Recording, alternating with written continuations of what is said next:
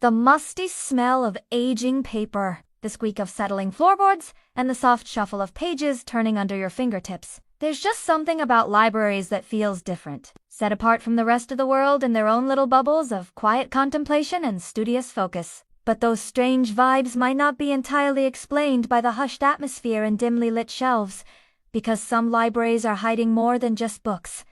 Hi everyone, I'm here to tell you the stories behind the secrets held within these four walls. And today we are going to look at the dark side of literature and explore some scary stories from some very real haunted libraries. Our first stop is the West Yorkshire Archives Service in Wakefield, England. When it was built in 1892, this grand Victorian building was intended to be a gift to the town from one of its wealthy Maloning families. The Wrights. It was originally meant to house the family's collection of books, documents, and artwork, which they wanted to share with the community after their passing. But the Wrights were quite attached to their precious artifacts and stipulated in their will that if any damage came to the collection, it would all be destroyed. This led to the curious situation of the building standing empty for decades while the trustees argued over who was responsible for maintaining the building and its contents. Eventually, these responsibilities fell to the local library service, but they had to tread carefully to avoid any potential damage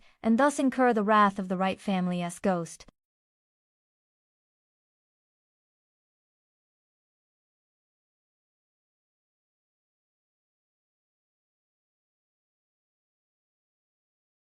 Some believe this could be the spirit of Frederick Dayton, Wright, who passed away in the building in 1942.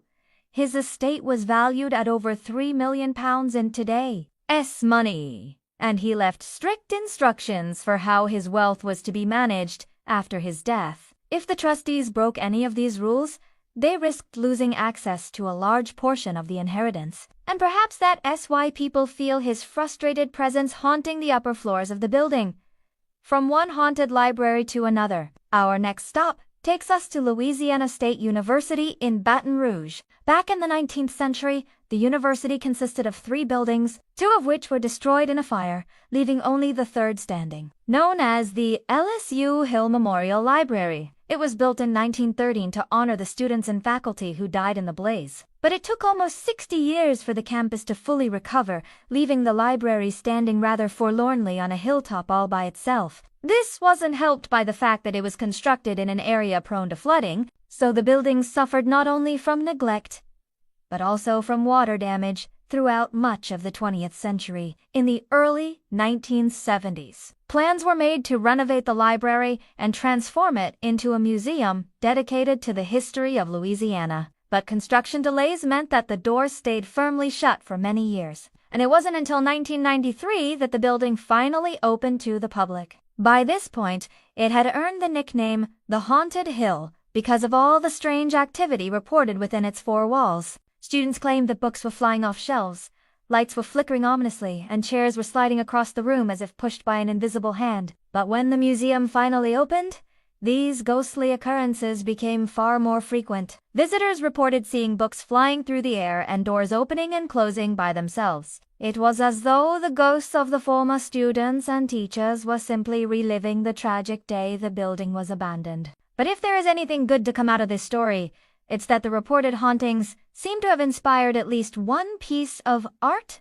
Local artist George Dunbar created a painting titled Bookmobile based on the legend of the LSU Hill Memorial Library. Let's cross the pond now and visit the Columbia University Libraries in New York City. The university has multiple library buildings scattered around the campus, but the main research library contains over 8 million items spanning a huge range of subjects and time periods. One of the most popular areas is the Map and Media Division, home to over 1 million architectural drawings, prints, and photographs. It's also home to one of the most famous literary ghosts in the world, none other than the author whose books are the reason we're all here. That's right.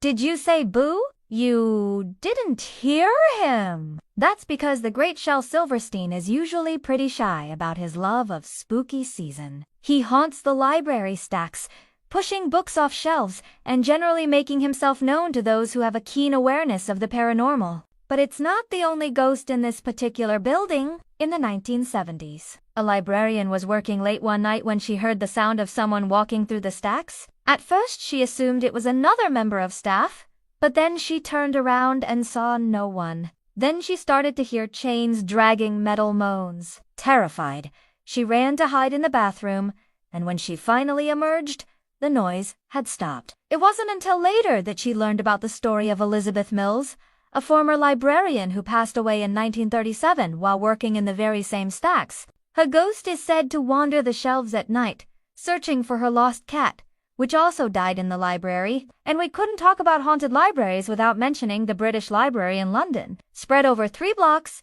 and housing over 170 million items. This is the largest library in the United Kingdom and among the largest in the world. It's a treasure trove of historical artifacts, including some of the oldest and rarest books ever written. But it's also home to a variety of ghosts who are just as old. The first is that of Thomas, Lord Croft, who died in 1740 and is said to haunt the main reading room. Visitors and staff alike claim to see his ghost sitting at one of the tables, engrossed in a book. Then there's the ghost of Sir John Chudleigh, who worked in the library during the 18th century. He was a friend of the artist William Hogarth and helped him compile the collection of books and manuscripts that formed the basis of the British Library. According to legend, he died while cataloging a particularly valuable manuscript, and his ghost can sometimes be seen holding a heavy tome close to his chest as he makes his way through the stacks. Finally, there's the ghost of Edward Gibbon, the author of the first comprehensive history of the decline and fall of the Roman Empire. He spent many hours in the library researching his book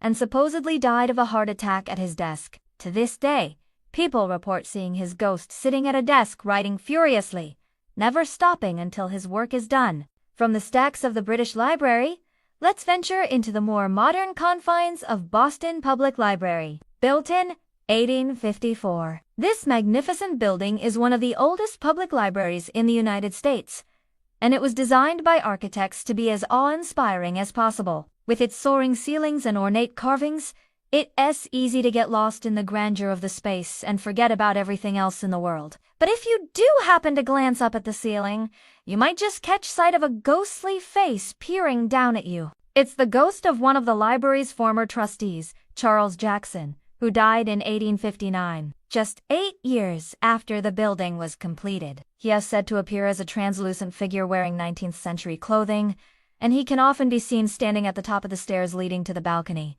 Some believe that Jackson's ghost is simply lingering here, because this was one of his favorite places in the library. Others believe that he died tragically and is seeking help or answers from beyond the grave. Whatever the truth may be, sightings of Jackson's ghost are so common that he has become one of the most famous literary apparitions in American folklore. If you enjoyed this video, then don't forget to stay tuned for more stories like these every week. See you next time!